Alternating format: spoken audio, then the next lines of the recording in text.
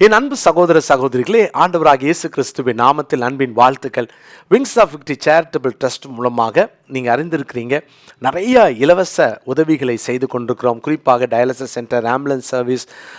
பாருங்கள், இப்போ புதுசாக நம்ம ஒரு நியூரோ ரீஹாப் சென்டர், அதுவும் குழந்தைகளுக்கு நம்ம இதை ஆரம்பிக்க போகிறோம். இந்த தெரப்பி சென்டர் பல ஆயிரக்கணக்கான பணங்களை அநேகர் செலவழித்து கொண்டிருக்காங்க. ஆனால் இது மூலமாக நம்ம ஒரு பெரிய ஒரு ஊழியத்தை செய்ய போகிறோம். பிரியமானவர்களே, சீக்கிரமாக கத்தச்சித்தமான அந்த ஜூன் மாதத்துலேருந்து ஒரு முதியோர் இல்லமும் சென்னை பல்லாவரத்தில் துவங்குவதற்கான காரியங்களை எல்லாம் ஈடுபட்டு கொண்டிருக்கிறோம்.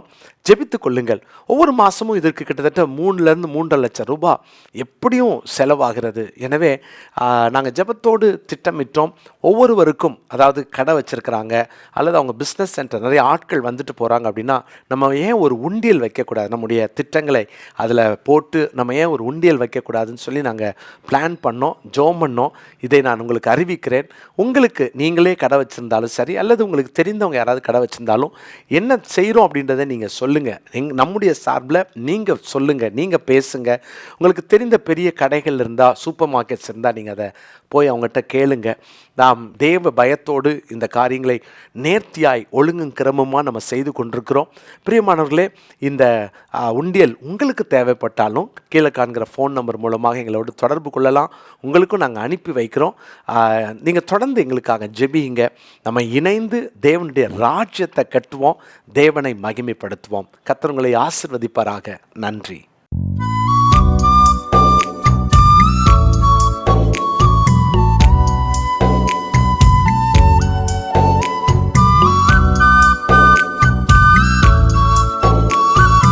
என் அன்பு சகோதர சகோதரிகளே, ஆண்டவராகிய இயேசு கிறிஸ்துவின் நாமத்தில் என் அன்பின் வாழ்த்துக்கள். இன்றைய முத்து எனும் இந்த சிறிய தியானத்தின் மூலமாய் உங்களை சந்திப்பதில் நான் மகிழ்ச்சி அடைகிறேன். கர்த்தர் தாமே மறுபடியுமாக ஆண்டவர் இன்றைய முத்து இந்த சிறிய தியானத்தின் மூலமாய் நம்மோடு கூட பேசுவாராக. பிரியமான தேவனுடைய பிள்ளைகளே, ரோமருக்கு எழுதின நிருபம் 12ஆம் அதிகாரம் 1ஆம் வசனத்தை மீண்டும் நான் இன்றைக்கு வாசிக்கிறேன். அப்படி இருக்க சகோதரரே, நீங்கள் உங்கள் சரீரங்களை பரிசுத்தமும் தேவனுக்கு பிரியமுமான ஜீவ பலியாக ஒப்புக்கொடுக்க வேண்டும் என்று தேவனுடைய இரக்கங்களை முன்னிட்டு உங்களை வேண்டிக் கொள்கிறேன். இதுவே நீங்கள் செய்யத்தக்க புத்தி உள்ள ஆராதனை. இங்கு வாசிக்கிறோம் பாருங்க, நம்மை ஆண்டவருக்கு முழுமையாக ஒப்பு கொடுக்க வேண்டும். அதற்காக தான் ஒவ்வொரு நாளும் இதோ அடியேன் என்று ஜெபிக்க நாம் பழக வேண்டும். அதுதான் தேவனை பிரியப்படுத்துகிற ஒரு நல்ல ஜெபம். அருமையான தேவனுடைய பிள்ளைகளே, இதோ அடியேன் என்று சொல்லி ஆண்டவருக்கு அவர் என்னத்தை கேட்டாலும் கொடுக்க வேண்டும் என்று நம்ம தியானித்தோம். இதோ அடியேன் என்று அவருக்கு நாம் முழுமையாக அவர் வழிநடத்தலுக்கு விட்டு கொடுக்க வேண்டும் என்று தியானித்தோம். இதோ அடியேன் என்று சொல்லி அவருக்கு முழுமையாய் அர்ப்பணித்து அவருடைய அழைப்புக்கு செவி கொடுக்க வேண்டும் என்று தியானித்தோம்.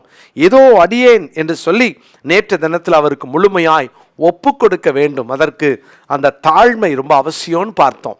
இன்னைக்கு பாருங்க, இன்னொரு மிக முக்கியமான இதே போல ஜெபித்த ஒரு நபரை நான் காண்பிக்கிறேன். ஏசாயா தீர்க்க தரிசன புஸ்தகம் 6ஆம் அதிகாரம் 8வது வசனத்தை நான் வாசிக்கிறேன். ஏசாயா 6ஆம் அதிகாரத்தின் 8வது வசனம். பின்பு யாரை நான் அனுப்புவேன், யார் நமது காரியமாய் போவான் என்று உரைக்கிற ஆண்டவருடைய சத்தத்தை கேட்டேன். அதற்கு நான் இதோ அடியேன் இருக்கிறேன், என்னை அனுப்பும் என்றேன். இதோ அடியேன் இருக்கிறேன், என்னை அனுப்பும் என்றேன். ஏசாயா தீர்க்கன் தேவாலயத்துக்குள் செல்கிறார். அங்கே தன்னுடைய அபாத்திர நிலைமையை உணர்றார். ஐயோ, நான் அசுத்த உதடுகள் உள்ளவன், மாத்திரமல்ல என்னை சுற்றி இருக்கிறவர்களும் அசுத்த உதடுகளோடு வாழ்கிறார்கள். அதனால அவர் எவ்வளோ பசுத்தர் என்பதை அறிந்து கொண்டதற்கு பின்புதான் இந்த பார்வை ஏசாயாவுக்கு கிடைத்தது.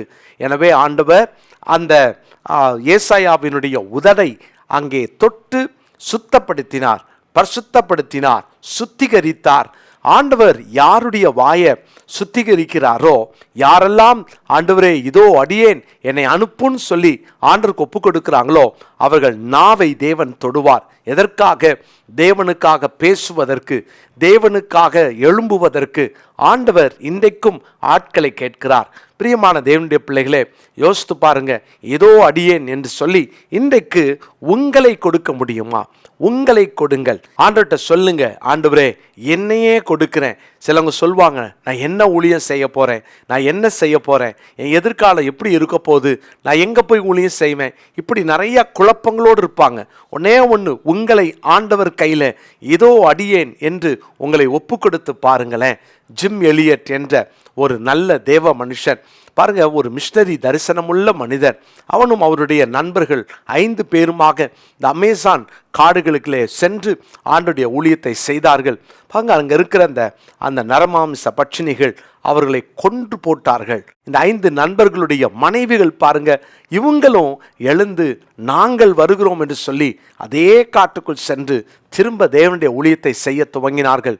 பெரிய அறுவடையை அங்கே சந்தித்தார்கள். கேட்டுக்கொண்டிருக்கிற என் அன்பு சகோதரனே, சகோதரியே, ஆண்டவருக்கு நீங்க தேவை. இதோ அடியேன் என்று சொல்லி ஆண்டவருக்கு உங்களை கொடுப்பீர்களா? வேதத்துல நெகேமியா 11ஆம் அதிகாரத்தின் முதல் வசனத்தை நான் வாசிக்கிறேன். ஜனத்தின் அதிகாரிகள் எருசலேமிலே குடியிருந்தார்கள். மற்ற ஜனங்கள் தங்களுக்குள்ளே 10 பேரில் ஒருவனை எருசலேம் என்னும் பரிசுத்த நகரத்திலும் 9 பேரை மற்ற பட்டணங்களிலும் குடியிருக்க பண்ண சீட்டுகளை போட்டார்கள். எருசலேமின் அலங்கம் கட்டி முடிச்சதுக்கு அப்புறம், பெரிய பிரச்சனைக்கு அப்புறம், பெரிய எதிர்ப்புக்கு அப்புறம் அலங்கம் கட்டியாயிடுச்சு. ஆனால் அலங்கத்துக்குள்ள இருக்கிறதுக்கு 10 பேர்ல ஒருத்தன் சீட்டு யார் பேரில் விழுகிறதோ அவன்தான் அலங்கத்துக்குள்ள இருக்கணும். ஏன்னா எல்லாரும் போய் நான் இருக்கிறேன்னு சொல்ல மாட்டாங்க. ஏன்னா அலங்கத்துக்குள்ள இருந்தா உள்ள வந்து தாக்குதல் நடந்தா அலங்கத்துக்குள்ள இருந்து வெளியே தப்பிக்க இடம் இருக்காது, தப்பிச்சு ஓடுவதற்கு வாய்ப்பு கிடையாது. எனவே அலங்கத்தில் வந்து அடைகிறவர்கள் ரிஸ்க் எடுக்கணும். வாழ்க்கையில அலங்கத்துக்குள்ள வந்து நான் வருகிறேன் அப்படின்னு வாலண்டியரா வருவதற்கு ஆட்கள் இல்லை. எனவே சீட்டு யார் பேரில் விழுகிறதோ அவர்கள்தான் அலங்கத்துக்குள் வந்து தங்க முடியும். அலங்கம் கட்டி முடித்தாயிற்று. ஆனால் அலங்கத்துக்குள் வந்து தங்குவதற்கு சீட்டு போடுகிறார்கள். என்ன நடந்துச்சு தெரியுமா? 2வது வசனத்துல, ஆனாலும் எருசலேமிலே குடியிருக்க மனப்பூர்வமாய் சம்மதித்த மனுஷர்களை எல்லாம் ஜனங்கள் வாழ்த்தினார்கள். மனப்பூர்வமாய் நாங்க போறோம், செத்தாலும் பரவாயில்ல, ஒரு யுத்தம் வந்து நாங்க செத்தாலும் நாங்க போகிறோம். ஆண்டவரே நாங்க போகிறோம். காரணம், இது தேவனுடைய காரியம். யார் நமது காரியமாய் போவான் என்று ஆண்டவர் கேட்கிற சத்தம் இன்னைக்கு தேவனுடைய பிள்ளைகளே உங்க காதுல தொனிக்கிறதா? லூக்கா சுவிசேஷம் 10ஆம் அதிகாரத்தின் 2வது வசனத்தில் இப்படியாய் வாசிக்கிறோம். லூக்கா சுவிசேஷம் 10ஆம் அதிகாரம் 2வது வசனத்தை நான் வாசிக்கிறேன். அப்பொழுது அவர் அவர்களை நோக்கி, அறுப்பு மிகுதி, வேலையாட்களோ கொஞ்சம். ஆகையால் அறுப்புக்கு எஜமான் தமது அறுப்புக்கு வேலையாட்களை அனுப்பும்படி அவரை வேண்டிக் கொள்ளுங்கள். அவரை வேண்டிக் கொள்ளுங்கள். அறுப்புக்கு எஜமான் தமது அறுப்புக்கு வேலையாட்களை அனுப்பும்படி அவரை வேண்டிக் கொள்ளுங்கள். இன்னைக்கும் ஆண்டவரை நோக்கி, ஆண்டவரே யாரையோ அனுப்பும் என்று நீங்கள் ஜெபிக்கிற ஜெபத்திற்காக நான் பேசவில்லை. ஆனால் எத்தனை பேர் சொல்ல போறீங்க, என்னை அனுப்பும், வாழ்ந்துட்டேன், இந்த உலகத்துக்காக வாழ்ந்துட்டேன், என் குடும்பத்துக்காக நான் வாழ்ந்துட்டேன், இதுவரைக்கும் என்னுடைய அலுவலகத்துக்காக அல்லது ஒரு பெரிய என்னுடைய பிஸ்னஸுக்காக நான் வாழ்ந்துட்டேன், என்னை அனுப்பும் என்று சொல்லி ஒப்பு கொடுப்பீர்களா? அருமையான தேவனுடைய பிள்ளைகளே, இதோ அடியேன் என்று சொல்லி யாரெல்லாம் தங்களை கொடுக்கிறார்களோ அவர்கள் மூலமாய் கர்த்தர் மகிமைப்படுவார். அதுதான் அவருக்கு ஏற்றது. இன்னைக்கும் லூக்கா 10ஆம் அதிகாரத்தின் 2ஆம் வசனத்தை மனப்பாட வசனமாய் குறித்து கொள்ளுங்கள். லூக்கா சுவிசேஷம் 10:2, இதோ அடியேன் என்று நம்மையே கொடுப்போம். ஜெபிக்கலாமா? நல்ல தகப்பனே, இன்னைக்கு உமக்கு ஆட்கள் தேவை, என்னையே தருகிறேன் என்று என்னோடு இணைந்து யாரெல்லாம் ஜெபிக்கிறார்களோ ஒவ்வொருவர் மேலும் உம்முடைய கிருபை இருக்கட்டும். உம்முடைய பிரசன்னத்துக்குள் மறைத்து கொள்ளும். உம்முடைய அற்புத கரம் உம்முடைய பிள்ளைகளை சுற்றிலும் இருக்கட்டும். அர்ப்பணிக்கிற பிள்ளைகளை வலுவாமல் காத்து கொள்ளும் அப்பா.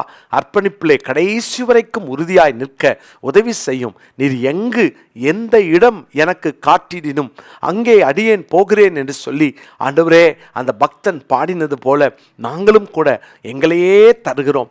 எங்களை அனுப்பும். நீர் அனுப்ப சித்தமாய் இருக்கிற இடத்திற்கு எங்களை அனுப்பும்.